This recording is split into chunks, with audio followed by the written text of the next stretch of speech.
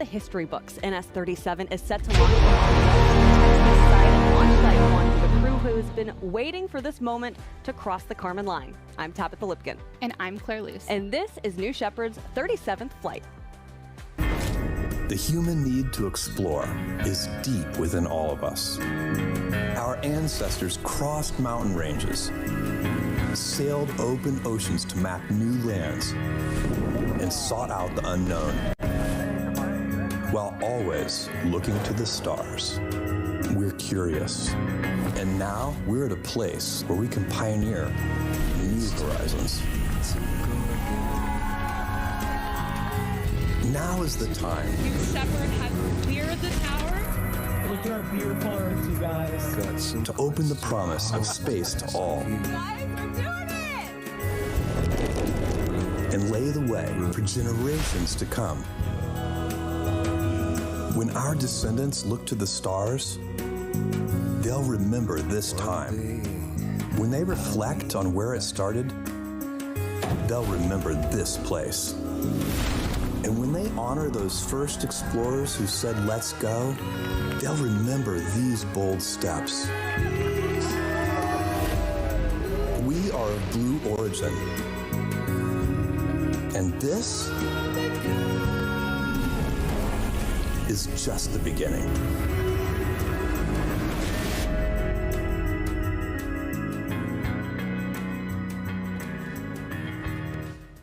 It is truly an exciting day here at Blue Origin where history will be made. Now, once again, I'm Tabitha Lipkin, joined today by Claire Luce. Now, Claire is of the Blue Engine's Analytics, Reporting, and Software team. And Claire, it is always such a pleasure to have you here with us. Thanks for having me, Tabitha. It's great to be here. This is our 37th mission overall and 9th New Shepard mission this year. Yeah, and today we will make history as we fly the first wheelchair user to space. Her name is Michaela Michi Benthaus. She's also a European Space Agency aerospace engineer and disability advocate. So quickly, let's introduce you to the entire crew of NS-37.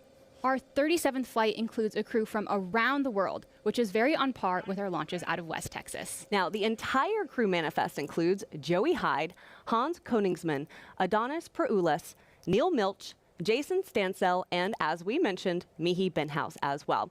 We've got a lot more to tell you about the crew of NS-37, but first, we also have to chat about something huge that happened just a couple of weeks ago. Another moment for the history books. On November 13th, we successfully completed our second New Glenn mission with 2 very important mission objectives. Now, first, we deployed a NASA customer payload, Escapade, into space. Escapade is a pair of satellites that will orbit Mars and get us invaluable data on the atmosphere there. And second, we actually successfully landed our New Glenn booster named Never Tell Me the Odds for the very first time. Now, for those of you who might be joining us here on the program for the first time, let's explain. Blue Origin, we have 2 rockets. New Shepard, which you are seeing the astronauts load into today. Right now, this moment, they are ringing the bell and they are crossing the gantry-way. Yes, you can see Michi is there ringing the bell, an exciting moment I know she has been preparing for gosh, over a year now. She has been working with our crew out there in West Texas. So a very, very exciting moment. There goes Neal, and there's Jake and Sarah Knights, our crew member 7s who've been working with this crew. Oh, it is an exciting day here at Blue Origin. And so as we were saying, we were talking a little bit about the crossovers that we have between New Shepard and New Glenn. Now, as I mentioned, you are looking at NS-37. That is New Shepard there on the pad. But all of the avionics were tried and true tested here on New Shepard before they flew on New Glenn. And as you said, Claire, it was an exciting moment where we got to see New Glenn take to the skies once again and successfully land the booster for the first time.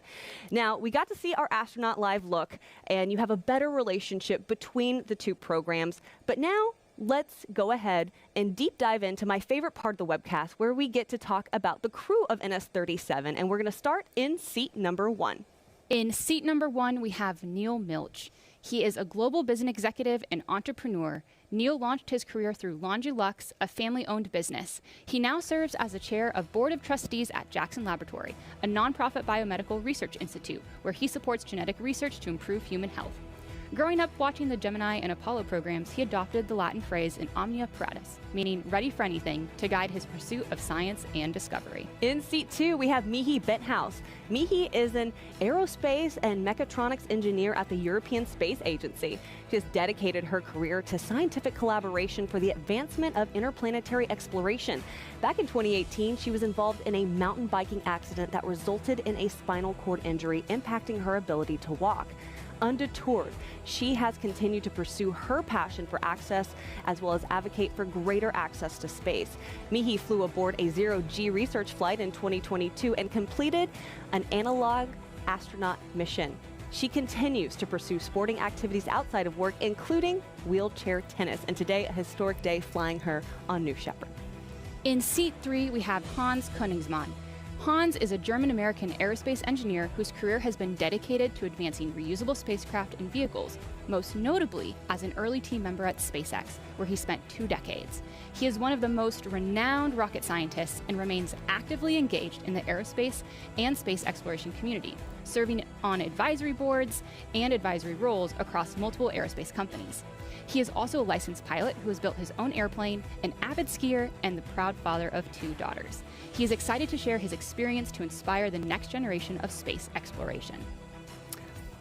All right, we are going to continue to tell you about the crew of NS-37, but right now we are going to watch the astronaut ingress. So let's go ahead and toss it over to NS-37 on the crew pad.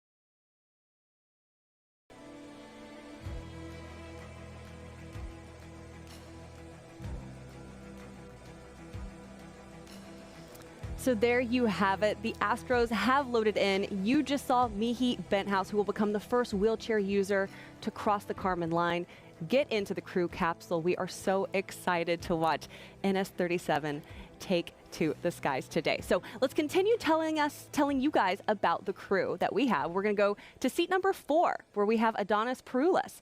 Now, he is a seasoned entrepreneur, investor, and mining engineer. He is the founder and chairman of Pella Resources, a co-founder of Energy Revolution Ventures, chairman of Rainbow Rare Earths, and the CEO of Chariot Limited, which are advancing and developing innovative technologies and global opportunities in the energy transition.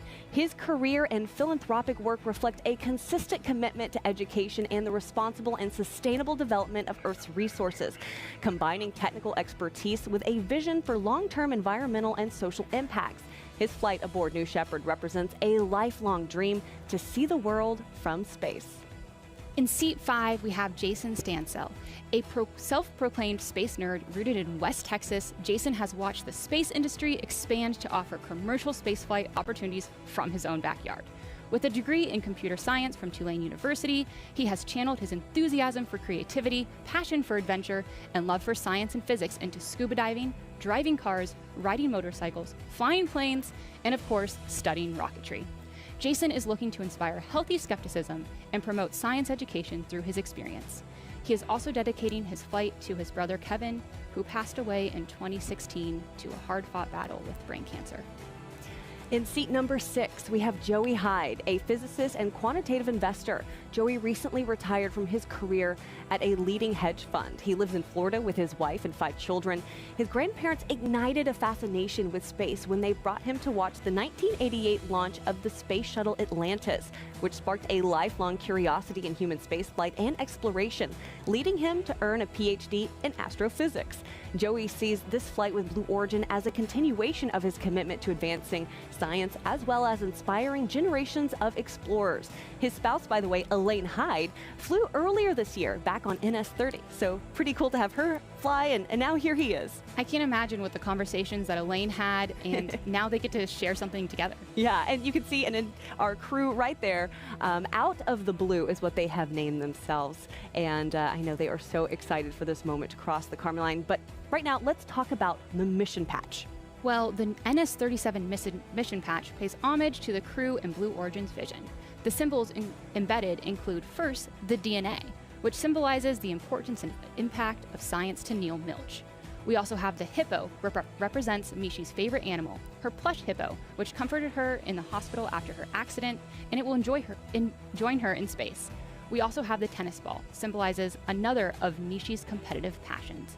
And then we have Adonis, which he has his baobab tree, which is iconic to South Africa. There's also the spiral galaxy, which symbolizes Joey Hyde's astrophysics research. The dog bone shape and then the K are in memoriam of Jason Stansell's brother, as well as a representation of the satellite of love from their favorite show, Mystery Science Theater 3000. And the shards that you see, those kind of shards of glass, those represent Blue Origin's commitment to breaking down the barriers to accessing space, including cost, nationality, and ability. All right, right now is an exciting moment. We are at T-minus about 28 minutes and 45 seconds into NS-37. We are going to toss it over to the vehicle, which is on the pad, and we are going to wait Capcom. Now, that is an exciting moment where we get to hear from our capsule communicator that will do the astronaut comms check. Today, our Capcom is Laura Stiles, and she will be checking in with this crew who has named themselves Out of the Blue.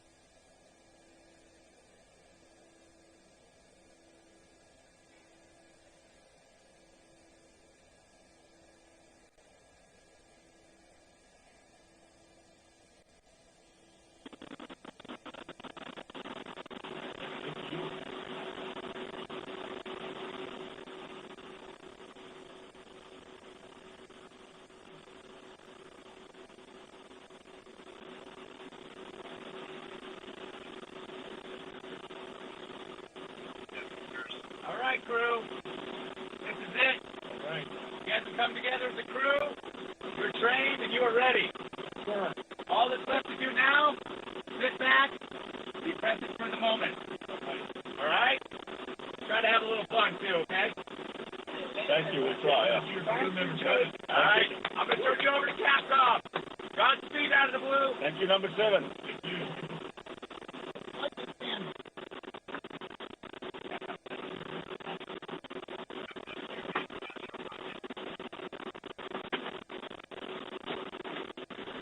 Kármán line, Blue Control.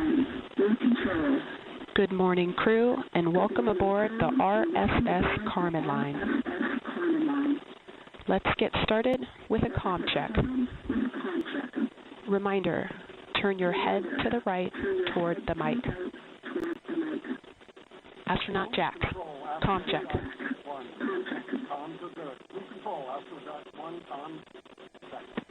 Copy. M, comm check. Blue Control, I repeat 4x4. Copy. Hans, comm check. Blue Control, I read you 2x2.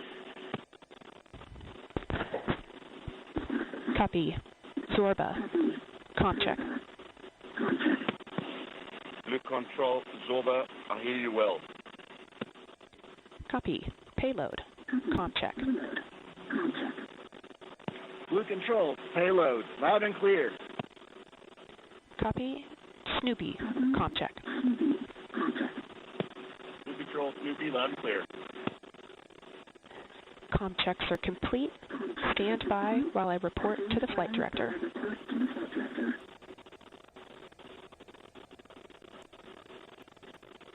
We've just heard our astronauts have received confirmation that their comm check systems are working and everyone is in the cabin, good to go. Every crew has a special name, like Tabitha said, and this crew has named themselves Out of the Blue. Yes, and it's because they said, as a crew, it felt like not only did this moment kind of come out of the blue, even though that they've been waiting their lives for a moment like this, but they are also then traveling out of the blue. So it has a couple of different meanings there. So if you're just joining us, we're about T-minus 24 minutes and 20 seconds from New Shepard's 9th mission this year and 37th mission overall. And did you know that New Shepard has flown to date 80 individuals above the Kármán line? That's 11% of people above the Kármán line. And after this mission, the total number of people flown on New Shepard will be 92. But it's actually 86 individuals, and that is because 6 Astros have come back for round 2. 6 flying twice, that's because New Shepard offers astronauts a life-changing shift in perspective. We are now operating 2 human-rated vehicles to better meet customer demand. And of course, safety is our highest value. We've built redundancy into every safety system. And New Shepard is fully reusable. Its engine is fueled by highly effective and efficient liquid oxygen and hydrogen. During flight, the only byproduct is water vapor, no carbon emissions. It's a pretty incredible vehicle that systems have flown 36 times, and today will make number 37. It certainly will. Now, we've introduced you to the crew of NS-37. We've talked a little bit about our stats. So let's talk about what our astronauts go through during their time at Launch Site 1.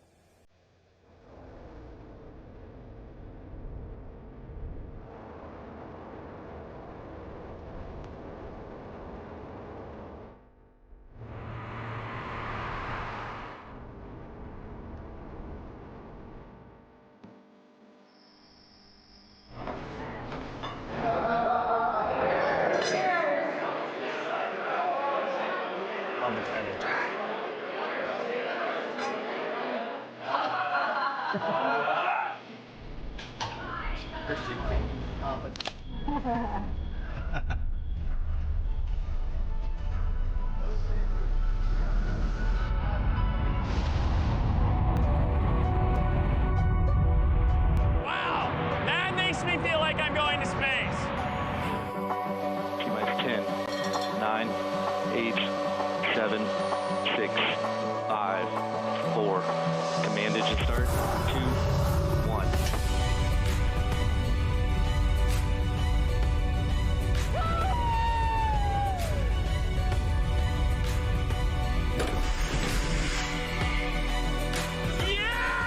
Guys, we're doing it! Wow.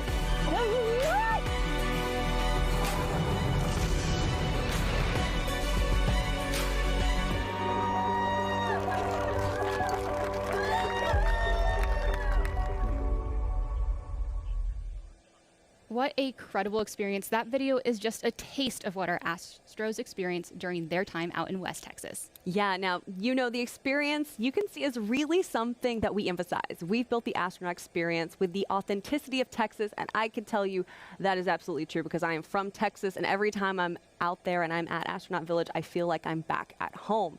Now, essentially, we want our astronauts to really embrace that natural beauty of the West Texas desert life. I mean, that includes the boots, cowboy hats, denim. When you come here, you're going to feel like a space cowboy or space cowgirl. Well, next, one thing we want to focus on is how New Shepard has been designed with accessibility first mindset. We have the distinct pleasure of flying Michi today, but Michi isn't the first and won't be the last individual that we fly with a disability. No, so let's also talk about how we've been able to help others accomplish their dreams with New Shepard, because we've made a lot of improvements since we started the program. Since 2023, our Crew Member 7 team out there in West Texas, they have been hosting special astronaut training workshops. Now, this is something that they've worked on with our business resource group, New Hawking. And for those who don't know, New Hawking essentially supports our Blue Blue Origin teammates with disabilities. They're also doing great work to build acceptance and create better accommodations for people with disabilities, whether they're joining Blue or going through training or just in their everyday work life. The CM7s have also hosted one workshop with Astro Access, a project dedicated to promoting disability inclusion in humanity space exploration by paving the way for disabled astronauts. In fact, Blue Origin was actually nominated this year at the Global Space Awards for Partnership of the Year with Astro Access.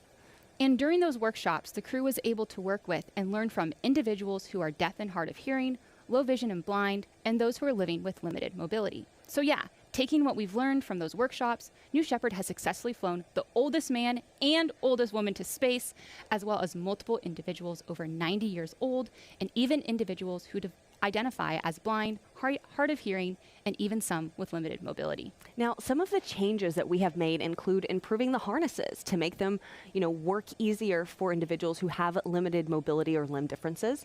And as we've shown on a couple of our launches too, we also have an elevator at the tower, which helps our astros avoid having to climb the 60 feet of stairs to reach the capsule level. So a lot of great improvements for accessibility.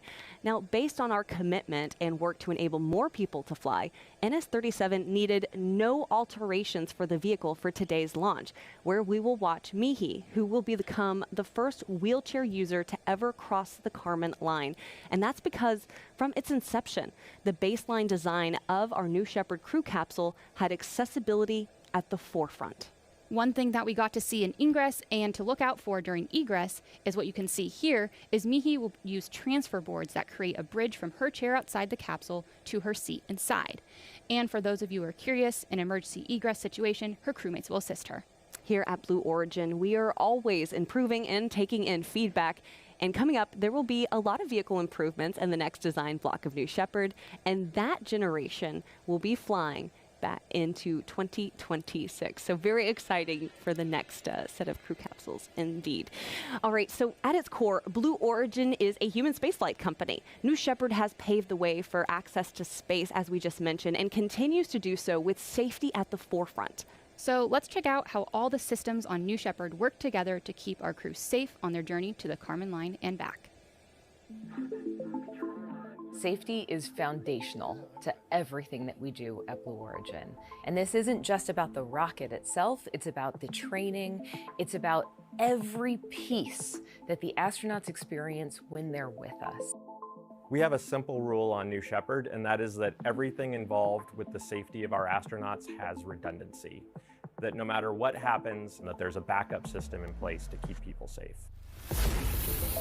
Fundamental to the safety systems on New Shepard is our escape system. It's what we call a full envelope escape system, that no matter where in flight, that we can fire our solid rocket motor and push the crew capsule away from the propulsion module and safely land the capsule with the astronauts on board. There are 3 parachutes on New Shepard, and that gives us additional redundancy that the crew capsule can land under only just one chute being inflated and still protect the passengers. And when the crew capsule is coming to touchdown, there's a retro thrust system that fires moments before touchdown that takes us from 16 miles an hour down to 2 miles an hour for a very soft touchdown. So all the way from the initial vehicle design and understanding how to provide escape systems, how many astronauts were going to be in it, and how we're going to keep them safe was part of the design from the very beginning. We had done all of this testing for 15 flights before we ever put humans on this rocket. And now we have dozens of flights under our belt, and we have tremendous confidence in all of these safety systems that we have designed. At its core, Blue Origin is a human spaceflight company, and New Shepard is the first step to bringing humanity to space at Blue. This vehicle is for everybody. It is an incredibly comfortable experience. We have flown people who are 90 years old down to 18, people with disabilities, with low vision. Anybody can fly on this rocket. And we'll come back and we'll talk about Astronaut training is designed so that folks arrive and learn everything that they need to know about the rocket, about what they'll experience on launch day. We want our astronauts to feel incredibly confident. So they will be trained on every single possible flight day scenario and shown that they can execute what that looks like.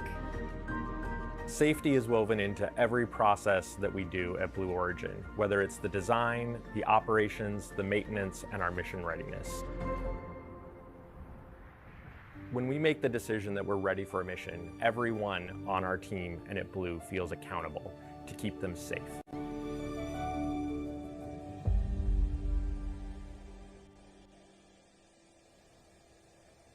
I can attest to the safety at Blue Origin. I've worked on B3PM, which is New Shepard's engine, for over 3 years, and safety is our highest priority. It certainly is, and I really love that package. It really brings it all together to the forefront for anyone who has questions about New Shepard. Now, right now, we're about T-minus just under 15 minutes until we see NS-37 take to the skies. Now, this is an exciting day here at Blue Origin because we are flying the first ever wheelchair user to space. Let's talk about who this crew includes, which is Joey Hyde, Hans Koenigsmann, Neal Milch, Adonis Pouroulis, Jason Stansell, and disability advocate Michi Benthaus, who will make history today as the first wheelchair user to cross the Kármán line, as we said. Now, this is such an exciting moment for us, so we're going to toss it over to the rocket right now, let you sit as you watch New Shepard on the pad, and then the show continues. We've got lots of great stuff for you guys.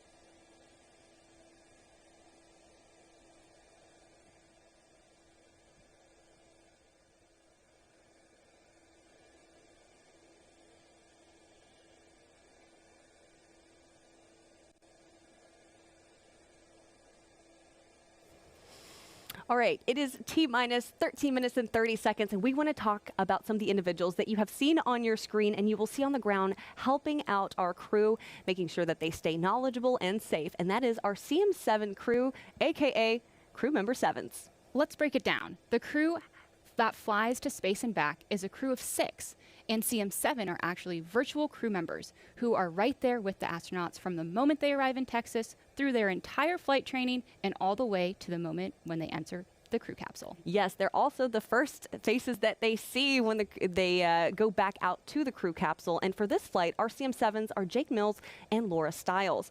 The CM7s are embedded in the mission, and they greet them, and they get to greet them once more when they return to Earth. So let's take a look at these impressive individuals, our crew member 7s. Command engine start. 2. Crew member 7 is a very unique role at Blue Origin. And traveling to space is an incredibly life-changing experience. Oh my goodness. You want somebody who's guiding you through it that doesn't just understand the technical side of the rocket and the launch operation, but also has the soft skills to truly support you through this wonderful journey. That's why crew member 7 is so important. There are 6 people that fly on the New Shepard crew capsule. The 7th person is crew member 7. We have 2 crew member 7s for each launch. One of the crew member 7s, they are with the astronauts pretty much 24/7. They are staying at the village, they're training them. We have another crew member 7 that serves as capsule communicator. And that's the person who is back physically in the control room and is actually talking to the astronauts when they're in the capsule. Everyone on the crew member 7 team has to be comfortable in a really dynamic operations environment. You have to be unflappable in anything that might come your way. We have folks from NASA, we have world record holders for skydiving, a nuclear submarine officer. It's truly a very diverse set of people bringing unique skill sets to the table.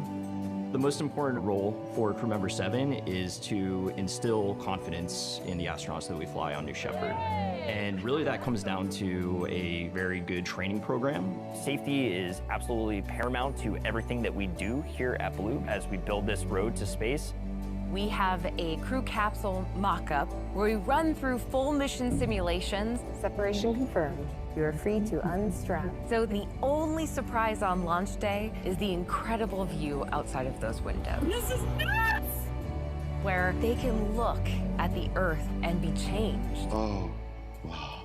And bring that feeling back to Earth with an inspiration to protect the Earth. Because that's what we're doing this for. We are doing this for the benefit of Earth.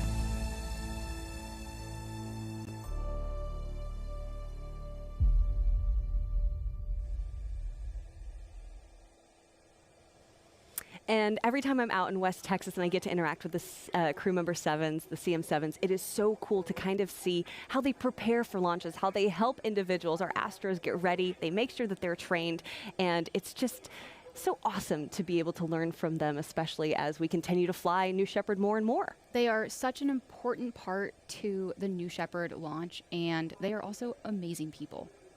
Yeah, they certainly are. Now, if you take a look on your screen, we are at T-minus 10 minutes, and you are seeing that we have entered a hold. Now, you are looking at New Shepard on the pad. You can also see friends and family member there excited for this launch. Again, the crew of NS-37 includes Joey Hyde, Hans Koenigsmann, Neal Milch, Adonis Pouroulis, Jason Stansell, and disability advocate Michi Benthaus, who will make history today as the first wheelchair user to cross the Kármán line. We're going to take a moment, we're going to throw it over to the rocket, and we will see you back here in just a second.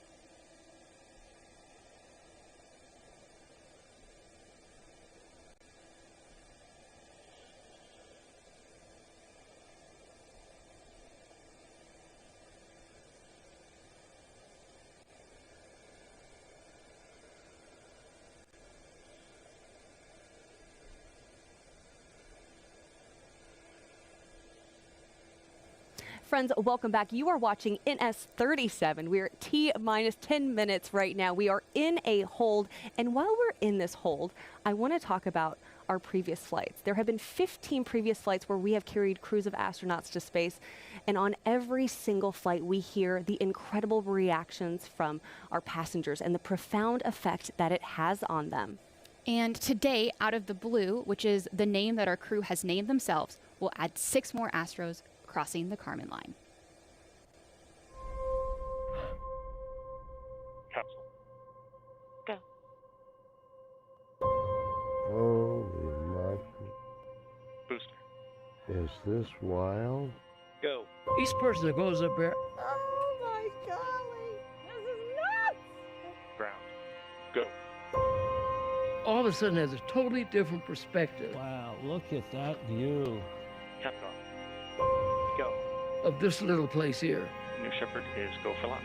This is heaven! It's almost like an out-of-body experience. New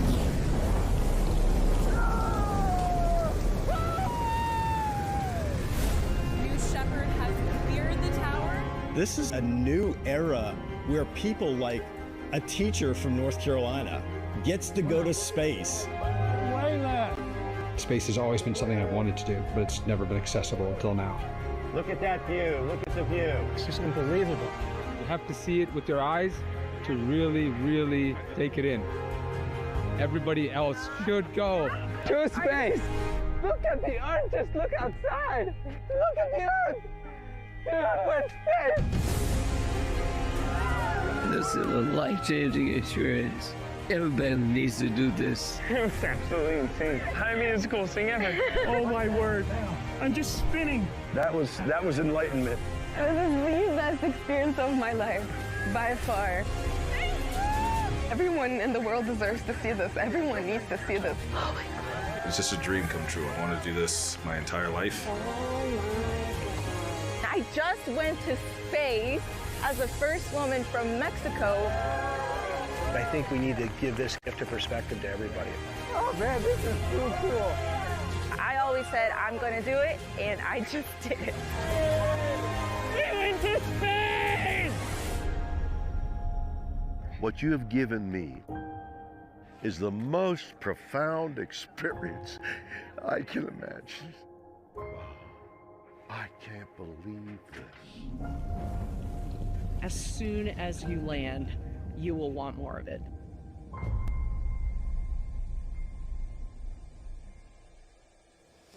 All right, right now you are looking at New Shepard out on the launch pad. This is NS-37, and we are currently in a hold due to upper level winds. We will have a new T0 that will be forthcoming here shortly. But in that meantime, let's go ahead and toss it back over to the rocket. Again, an exciting day for our NS-37 crew, which includes Joey Hyde, Hans Koenigsmann, Neal Milch, Adonis Pouroulis, Jason Stansell, and disability advocate Michi Benthaus.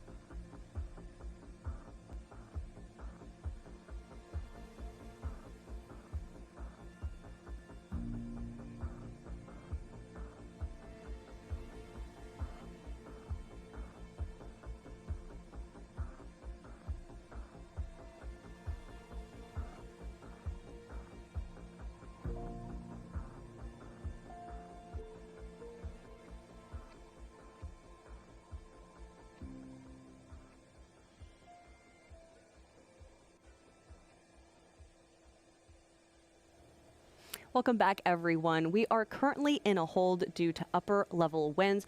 You are watching NS-37. Now, there's something we want to talk about. One of the most significant aspects of a New Shepard flight is the profound effect on the astronauts who've experienced it and the ripple impact it has on their lives and the lives around them.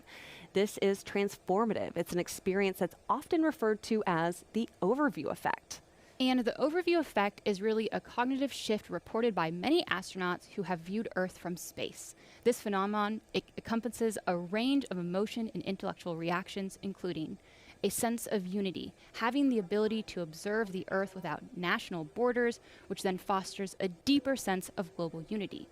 Also, the fragility of Earth. Many astros report that the thin layer of atmosphere and the finite resources become starkly apparent when they look out of those windows. This helps them emphasize the need for environmental stewardship. It also has personal transformation.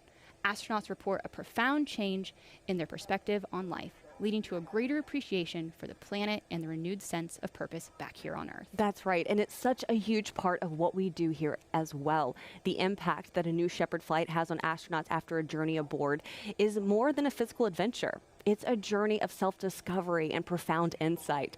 The experience, it actually often leads to a heightened sense of awareness. Now, that's kind of like a greater consciousness of global issues such as climate change, poverty, and conflict, as well as inspirational leadership. Many return with a renewed mission to contribute positively to society, often becoming advocates for space exploration and environmental causes.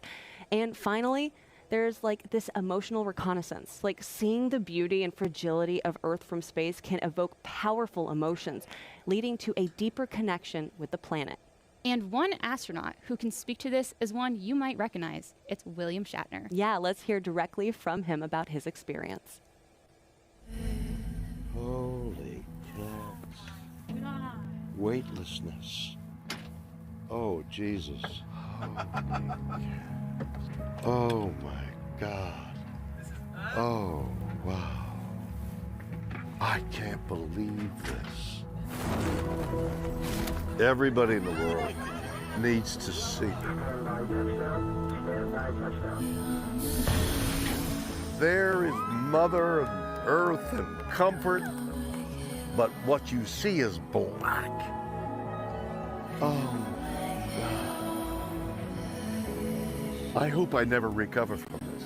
I hope that I can maintain what I feel now. I don't want to lose it.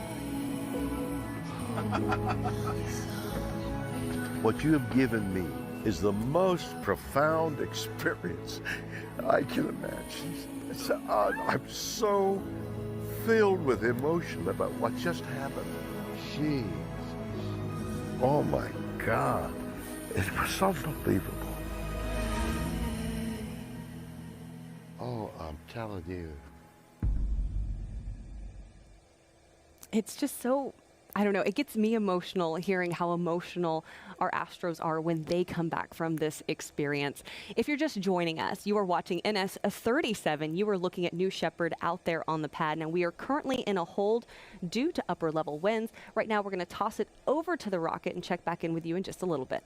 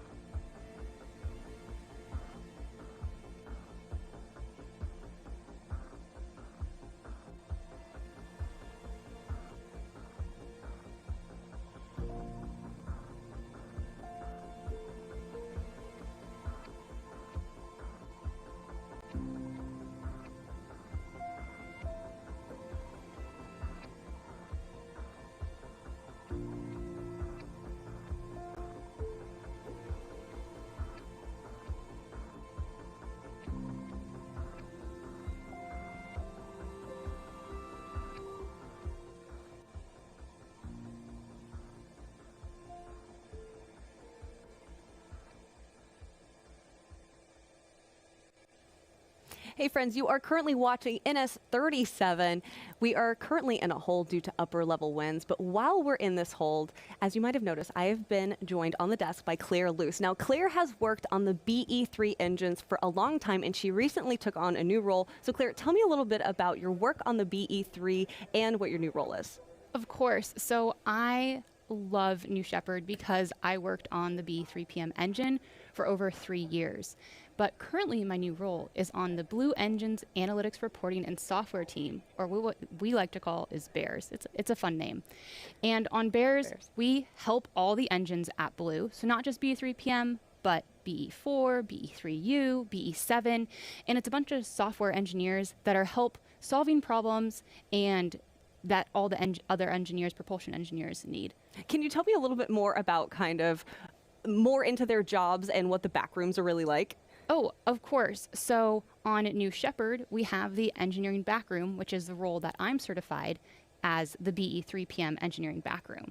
And it's a certified role that helps support the controllers. So we have the booster controllers, the capsule controllers, but then there is a whole team of engineers who specialize in subsystems like the BE-3PM engine. So we have these engineers that are monitoring their specific subsystem. Like I said, I'm the BE-3PM engine, and I have teammates that are currently working this launch, but we also have different subsystems like the avionics hardware system or the fluids team. And of course, these are all headed up by our engineering backroom lead. So it is just a few of the people that help make this launch possible. What is launch day like for your team?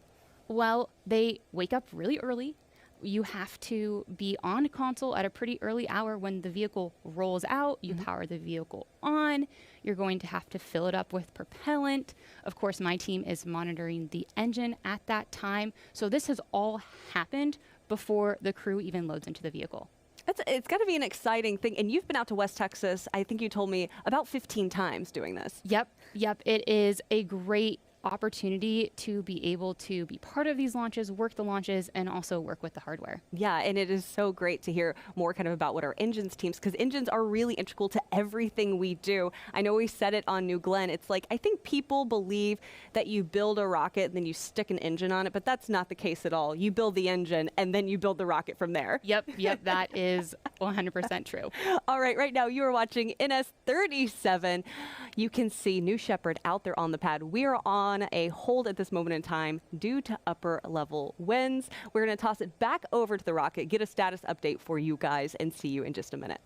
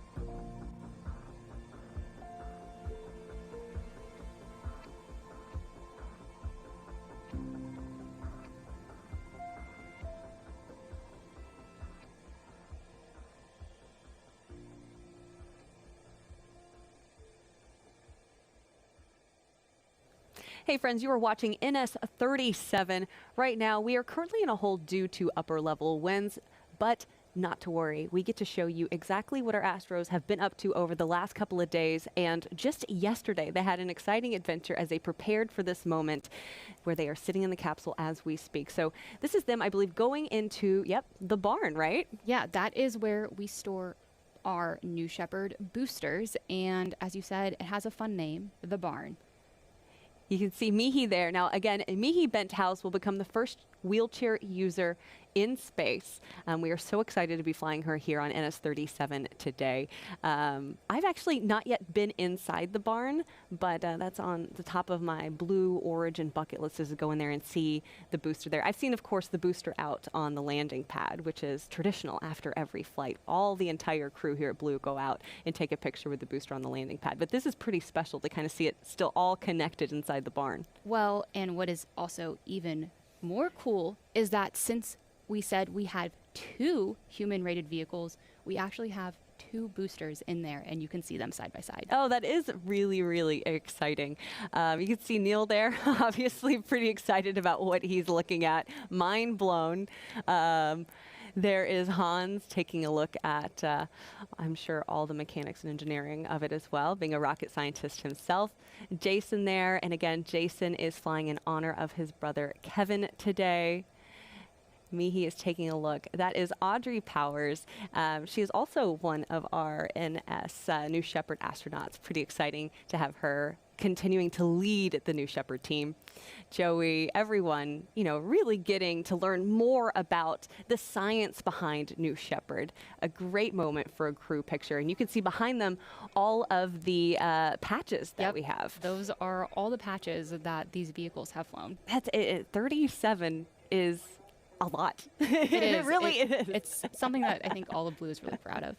Yeah, right now you're also kind of getting a live look at our crew out there, excited for this moment. Again, you are watching NS-37. We are currently in a hold due to upper level winds. We're going to toss it over to the rocket, get a status update, and be back with you guys shortly.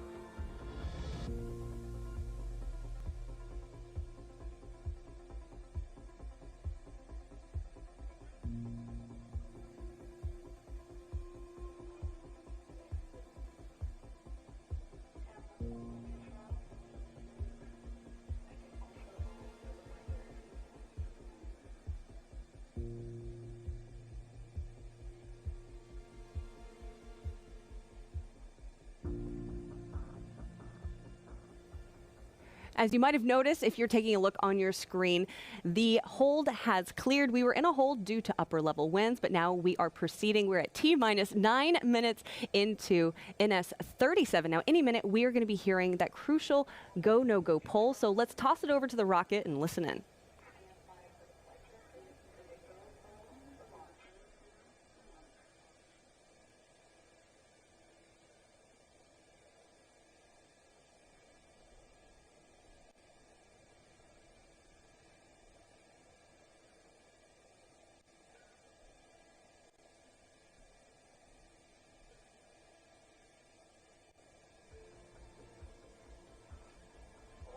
Director with the go pull for terminal count and launch. Capsule. Go. Booster. Go. Ground. Go. Inco. Go. Safety. Go. Capcom. Go. Engineering. Go. Copy all goes. New Shepard is go for launch. Booster, commence the terminal count. We'll go flight. Controllers, drop UHF voice. You just heard it there. We are go for launch. Yes, we are so exciting. Now, as we mentioned today, Michi Benthaus will become the first wheelchair user in space. Her story, her advocacy, and her passion are evident in everything she does. Check it out. I think there was not like this one moment where I realized that my dream of going to space is not over. I was like a very sporty person, so I did like a lot of mountain biking, snowboarding, I did parkour where you jump about walls and this kind of stuff. Obviously life changed a lot after my accident, and I think the biggest impact, of course, is using the wheelchair and everything which comes with the spinal cord injury. And I really figured out how inaccessible our world still is and how sometimes socially excluding a wheelchair can be, even though nobody is like actively excluding you, right? She has an inspiring part, yeah? Many people respond to her and she does things that you don't expect her doing, right? And so they're fascinated by that. And I kind of feel the same way. She is, I think, an explorer, adventurer, yeah? And the wheelchair does not really stop her from doing that. Yeah, so I met Hans the first time online, on LinkedIn. Yeah, I just asked him, like, you know, you worked for so long for SpaceX. Do you think that people like me can be astronauts? And then he reached out to Blue Origin and told me about, like, oh, Blue actually is very excited about it. And I was like, okay, I have my doubts on it, but let's see. But thankfully, it turned out we can do it. So Hans and me ending up flying as a team. I think it was about a year ago when we first did our workshop with Hans and Michi on site. We made some prototype hardware, and then we tested out the prototype hardware, and we figured out a lot of things that didn't work and a few things that did work, and really refined and practiced those. We have their business resource groups here at Blue Origin, like New Hawking, and organizations like Astra Access have been great to come in and do workshops with us and figure out what's possible and wasn't possible. On the vehicle side, we didn't have to change anything to allow Michi to fly to space.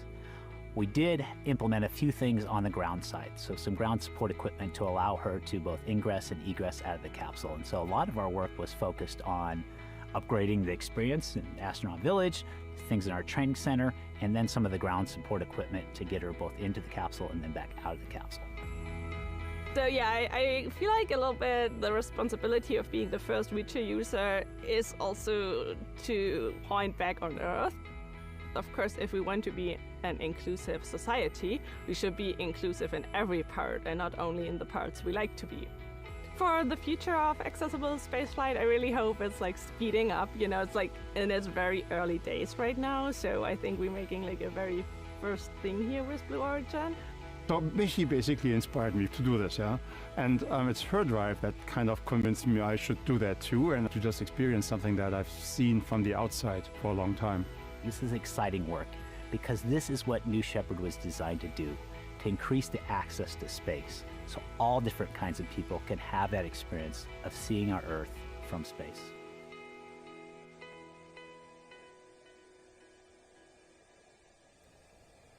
You know, Claire, I actually spent the last couple of days in West Texas with the crew of NS-37 and Michi, and I can tell you, she is just incredible. I know our entire team here at Blue Origin is just so honored and excited to have her fly with us today. So it's so great to get to connect with her and the entire crew. I am so excited to hear about her experience after she lands. Yes, me too. Now let's take a look on your screen and let's go a little into more depth about the flight profile. New Shepard is a suborbital flight and a fantastic way to experience space. It's a simple parabolic flight, a straight up and straight back down flight path that results in some of the cleanest microgravity you can achieve. Yeah, and for some of our viewers who might be tuning in for your very first New Shepard launch, first off, welcome. But our New Shepard rocket has a vertical takeoff and vertical landing. Now, as you're watching, you can see, obviously, the capsule and the booster go up together, and then they separate. At this moment in time, the capsule is experiencing 0G. Our astros are looking out those big, incredible windows. And then the booster, due to its aerodynamic shape, you can see the fins coming out on this reenactment of it. It helps lead it back down to Earth about 2 miles from where it launched from. While that's happening, the capsule is then also making its way back to Earth. But because of its shape, it's more of like a teardrop type of shape, it's a little slower. Now, during this time, the Astros can experience up to 5 Gs, and then we have 3 drogues. Those are those little things. You're like, are those parachutes? No, those are drogues, and those pull out the main parachutes. What's cool about that is New Shepard, again, redundancy, safety built into every system. We only need 1 parachute, but we have 3. And then right before it lands, we have that retro thrust system that puffs up that big little cloud of dust that you see. You think, you're like, man, that's a hard landing. It is not a hard landing. It is soft. It slows it down to 1 to 2 miles per hour. There is the entire flight profile for you on your screen. And another thing that makes New Shepard so special is the size of our windows. Some of the biggest ever flown in space. That's right. If you take a look on your screen, you can see the size comparison to the Mercury Redstone Freedom capsule that Alan Shepard flew back in 1961. Yeah, it's so incredible to look at that comparison. Bigger than a 747, and I just can't imagine what it is like. I see the videos, but seeing it in person has to be totally unreal. At T-minus 2 minutes, we are starting to hear the voice of mission control coming in. Retracting the sunshade and capsule access bridge. The vehicle is starting to go through its bit checks, which are built-in test. Again, T-minus 1 minute and 50 seconds. New Shepard is fully autonomous. Transition to onboard hydraulic pumps.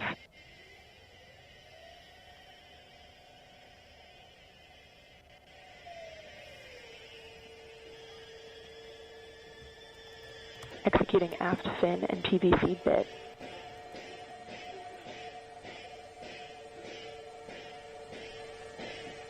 Engine thrust vector control built-in test in work.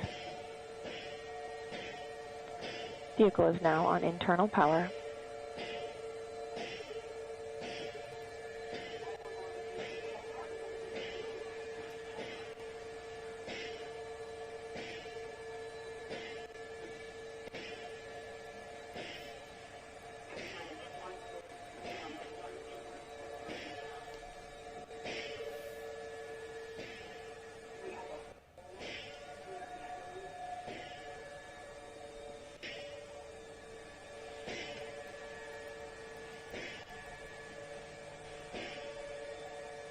Right, you are looking at New Shepard on the pad. At just under 1 minute, we have entered a hold. We are listening in to the voice of mission control, which is Kate Wentworth. Now, as we learn more information about this hold, of course, we are going to pass it along to you. Right now, we're going to toss it over to the rocket and get more information.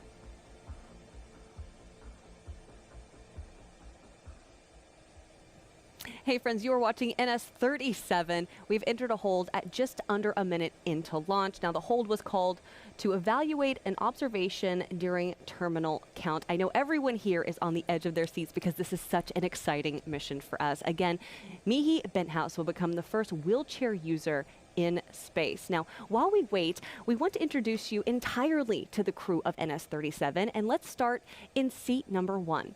Yes, in seat number 1, we have Neal Milch. A global business executive and entrepreneur, Neal launched his career through LaundryLux, a family-owned business. He now serves as the chair of the board of trustees at Jackson Laboratory, a nonprofit biomedical research institute, where he supports genetic research to improve human health.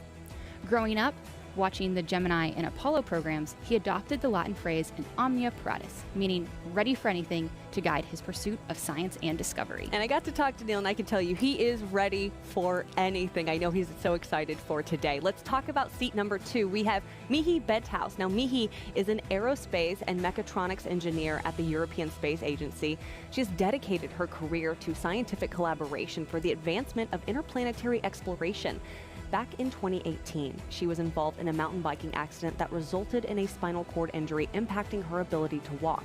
Undeterred, she has continued to pursue her passion for access and advocate for greater access to space.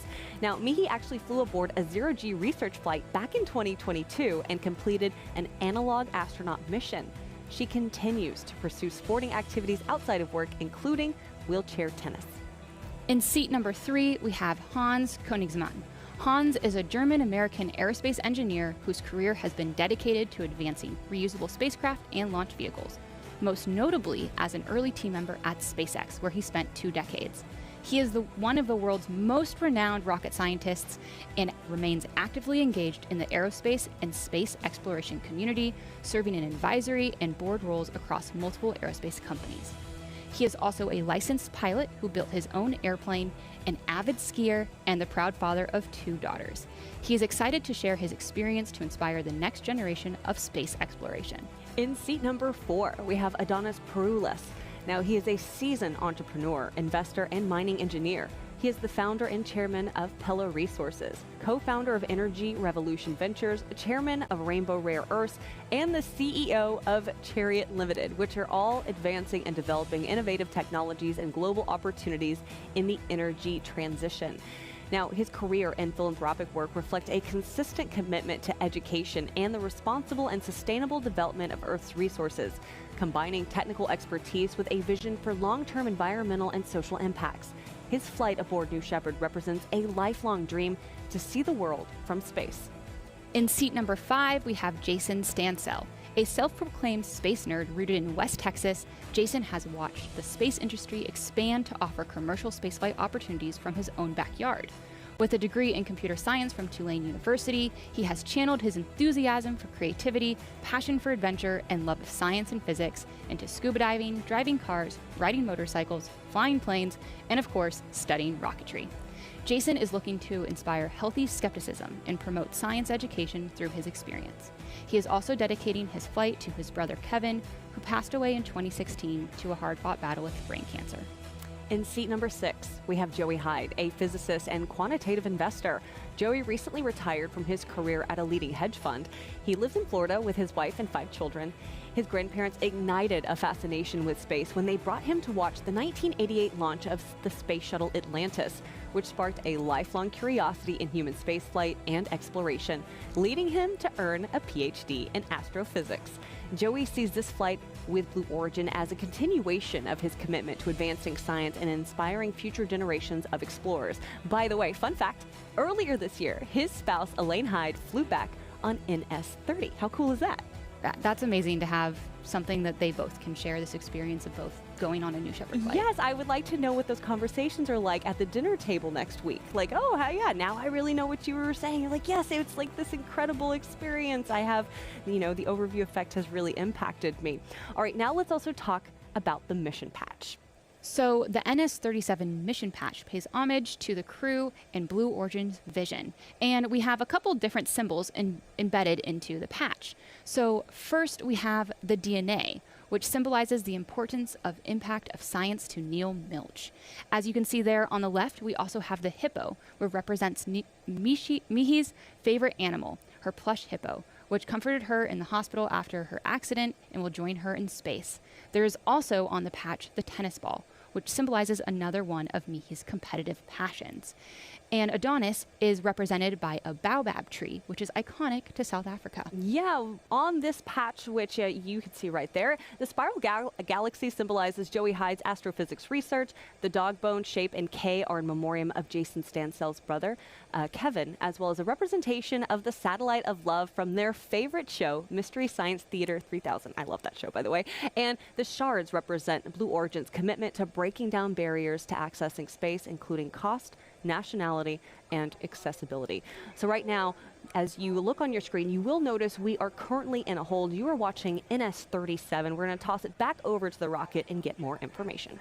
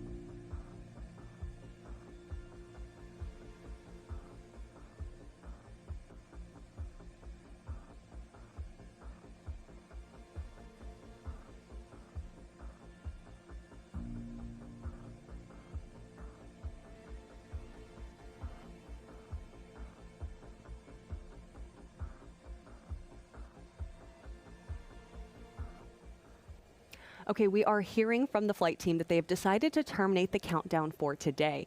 We are standing down from today's NS-37 mission after the launch team observed an issue with our built-in checks prior to flight. We are assessing our next opportunity for launch. We're going to go ahead and scrub the launch and look into this issue further and make sure that we are ready to go.